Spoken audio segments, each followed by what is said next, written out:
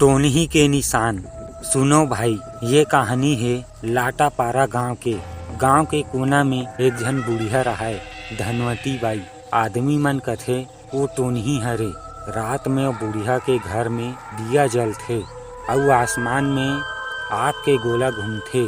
कोनो देखेल नहीं सके, काहे कि जे मन ह देखे कोशिश करे वो मन ह वही दिन बीमार पड़ जाए। एक दिन गांव के टूरा जयराम के मौसा के बछिया मार गए। लोगन मन कथे टोनही धनवती बाई खा गे बछिया ल। जयराम के मन में आगी लग गई। वो हर रात के अंधियार में टायर चले के बुढ़िया के घर चलेगी। बुढ़िया अंगना में राख बिछा के कुछ जाप करत रहिस, मंत्र जाप करत रहिस। ओकर सामने एक माटी के गुड़िया रहिस और काला तेल में डूबे चाकू रखे रहिस। जयराम चिल्लाइस, का करत हस टोनही? बुढ़िया धीरे से मुंह उठाइस। ओकर आँखी लाल लाल जलत रहिस। वो बोलिस, मैं तोल बुला हूँ जयराम, अब तय भाग नहीं सकस।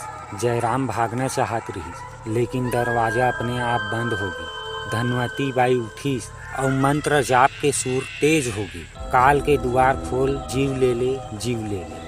अचानक जयराम के कान में सीटी के आवाज आईस। ओकर चारों ओर हवा घूमेल धरिस। माटी उड़ गे और दीवार में बने साया हालेल धरलिस। एक साया जयराम ला पाछू से पकड़ लिस। ठंडा हाथ, हड्डी के जैसन स्पर्श। जयराम के मुंह से आवाज नहीं निकलिस। सुबह हो गे तब गांव वाले मन धनवती के घर गी। तब धनवती के घर खाली रहिस। बस राख में जयराम के टायर छ और ओकर पैर के निशान मिलिस।